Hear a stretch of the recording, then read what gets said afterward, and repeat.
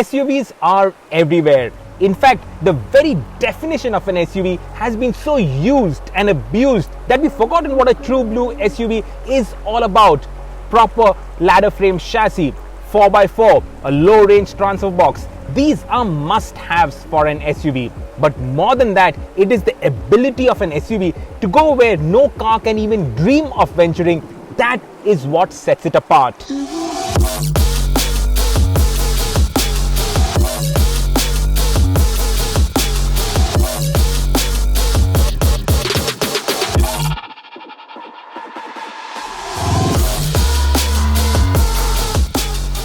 MG, with their new SUV, they are not making any compromises.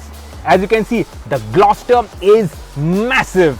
It's got two massive captain seats in the middle. It's got a third row of seats. It is premium, leather everywhere, fancy big touchscreen. It's got a lot of tech features, autonomous braking, automatic parking, collision warning, all of that. But before we tell you all of that, we're going to put it through the ultimate off-roading test.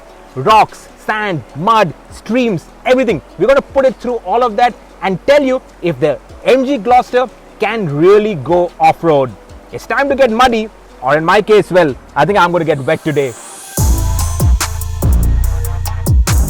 Now before we hit the trails, let's talk about the tech on the Gloster. It's got a 2-liter diesel engine, twin turbo, 215 horsepower, 480 Newton meters of torque. So it has enough and more power. Then the transmission. It's got an 8-speed automatic gearbox. All versions of the Gloster will have this 8-speed transmission. And on the 4-wheel drive version, it is mated to a BorgWarner transfer case with multiple modes. So this is the dial that adjusts all the modes. The first is sport mode. Obviously no need for sport today. Snow, no snow out here. So again, no need for that. Now mud mode. Mud will be important when we go through all the slushy trails, so it gives you some leeway and prevents you from getting stuck.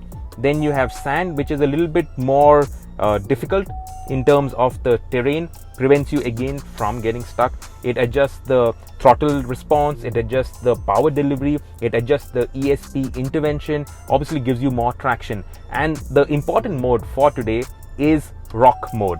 Now to engage rock mode, you got to put it into neutral. It tells you out here to put it into neutral. So we've kept it into neutral. Sand mode has been engaged.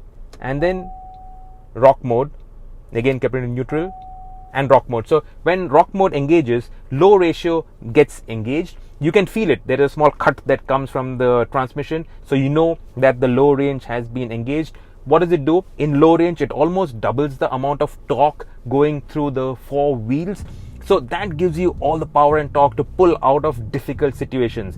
In rock mode, when you're clambering over rocks, you want a lot of precision with your throttle because you just want to inch over those rocks. So you clamber over those rocks with a lot of torque. It gets you out of those situations. It enables you to go up steep slopes.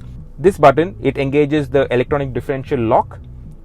Long press it, that is engaged. There's a small indicator out here that shows you that the EDL has been engaged.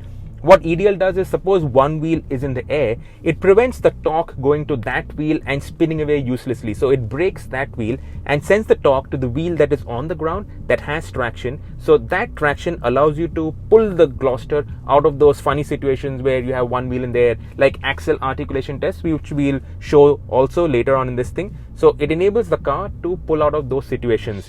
It's all or nothing.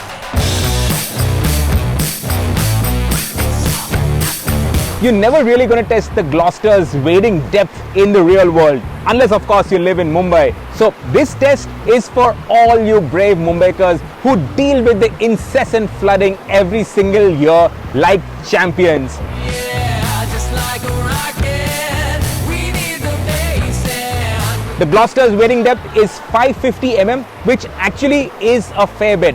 How do you drive it in small streams like this? What I've been doing is I've stuck it in the rock mode. So rock mode, it engages the low ratio, so you get a little bit more low down grunt and you can inch. Driving through off-road conditions, especially through streams, is all about driving slowly. The slower you are, the safer it is when you are off-roading. What you got to keep in mind is the rocks that is underneath. So that's why we have our crew here who are braving the water, who are wading and walking through the water to let me know the right path. So deal with those rocks, make sure that there are no hidden holes in the streams, and the Gloster will take it all in its stride. The only real limiting factor of the Gloster are these 19-inch tires. These tires are more road biased tires. But say if you slap on 17s on the Gloster with more all-terrain tires, it will do some phenomenal stuff because its ability is actually very surprising to me.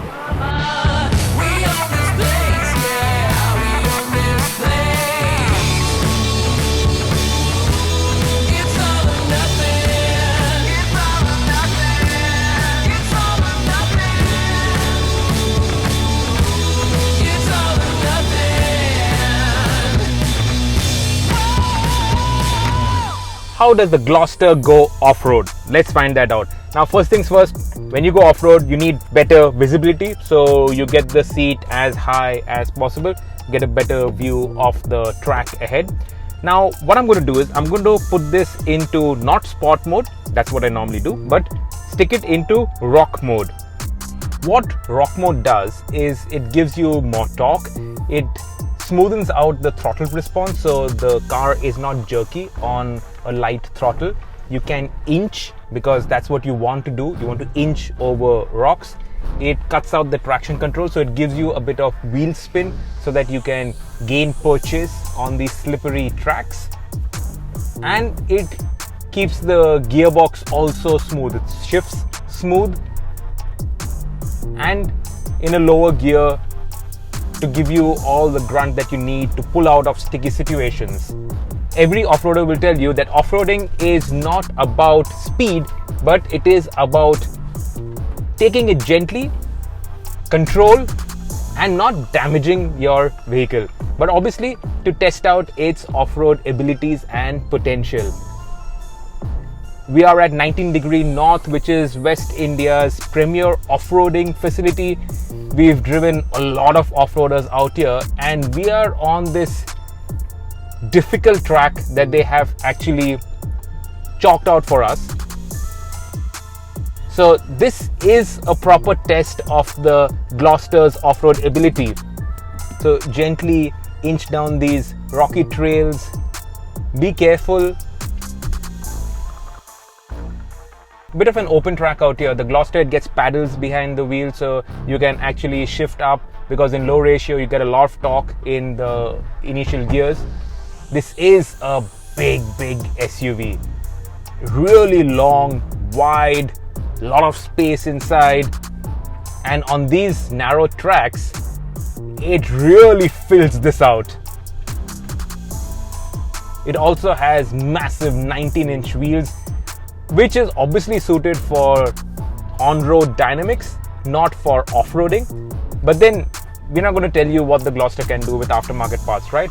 We're going to tell you what it can do when you drive it straight out of the showroom and to an off-road track like 19° North out here. Out on the road, I thought the ride quality was actually very well judged. It wasn't floaty, not wallowy. This is a proper ladder frame chassis, and you can get that ladder frame firmness, the stiffness that you get in normal ladder frames. But it's well judged. It doesn't float around the place, and on the expressway, the concrete expressway, in other ladder frame SUVs, premium SUVs, you can feel that pitter-patter. It's always unsettled, but this was actually very good. Now, that good ride quality also helps out here, and it's got good ground clearance. It's got these low running boards to aid ingress egress, so that's something that I've got to be careful of while off-roading. But honest to God, this is pretty damn good. It looks quite premium. It is big, like I said. You don't expect it to be able to deal with all of this. And of course, when you're dealing with all of this, you have to really crawl. You have to be slow. You can't just blast through this. But it is going through all of this. It's not struggling. In places, it is touching slightly, but it's all fine. Now, I won't go deep into the Gloster's on-road dynamics because that's our second video, which will drop in a week, where Atish will really go deep into all the tech, all the features, and all the comfort and on-road dynamics of the Gloster. Also, the performance testing, we have tested it with the V-Box, so all the performance figures and everything, he will tell you about it. Actually, small spoiler, 0 to 100 on the Gloster just above 11 seconds. So basically 11 seconds, 0 to 100. That means the Gloster is pretty quick for something of this size and weight. It is a fast car, a fast SUV. The gearbox, it shifts well, it's smooth, you don't really struggle for a downshift, so that also is sorted out. Stuff like this, the lane departure warning, the blind spot assist, so a lot of tech features on this. The Gloster also has scored full 5 stars in the Australian NCAP ratings. It's sold in Australia as the LDV D90, but it has proper safety and it is verified by Australian NCAP, so that also is there. So there's a ton to talk about. This video would probably be 2 hours long if you're going to do both on-road as well as off-road, so all that we're going to leave for later. Watch out for that. In a week we're going to drop the video on the on-road test of the Gloster. But coming back to how it performs off the road.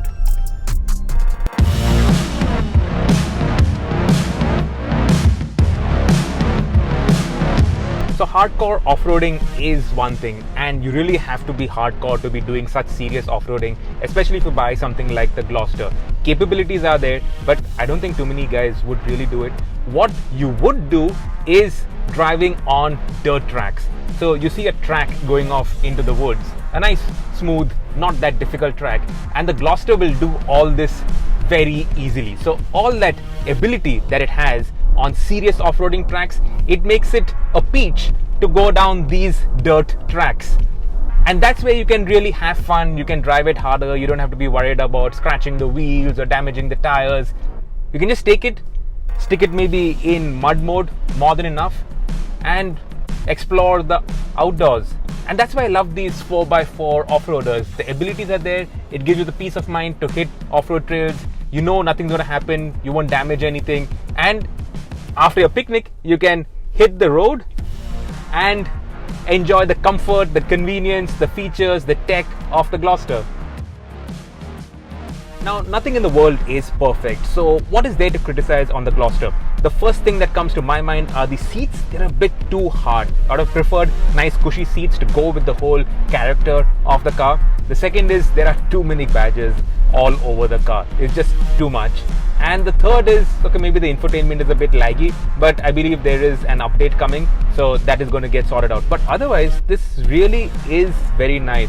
And I'm genuinely saying that this has surprised me. I didn't expect to like the Gloster so much, but it does look good. The styling is well sorted. It's not overdone, especially the wheel arch caps. They are well resolved. It's got quad pipes if you are into such things.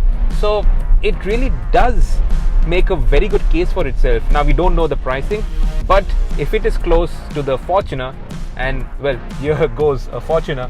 If it's close to the Fortuner, I think it should do really well. I'm not a big off-roading enthusiast. I've always enjoyed rallying more than off-roading, but even I have to admit that when you go off-roading, you see such beautiful parts of the country. Post the monsoons, Lonavala and this region is just so beautiful. Post the lockdown, the air has become cleaner, the sky is clearer. It really is a fantastic time to get out into the wild, into nature, to really experience nature before the mess restarts. And something like the Gloster, it gives you that comfort on the road, the luxury, but it also gives you the ability to go out into the open and just have a blast. Now, I understand that most Gloster owners are not going to be really going off-roading because they would buy this for its presence, for its luxury, for its features, for all the tech that it has.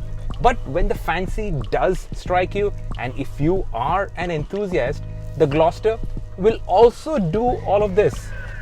You can also go off the beaten track and discover trails, discover the outdoors.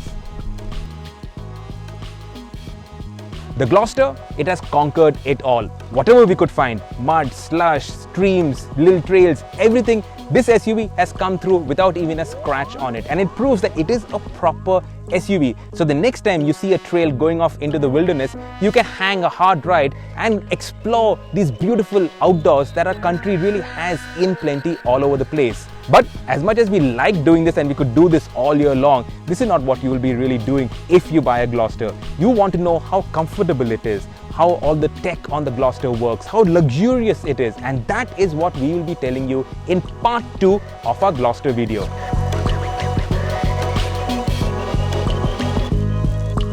Subscribe to the Evo India channel and hit the bell icon to keep pace with the thrill of driving.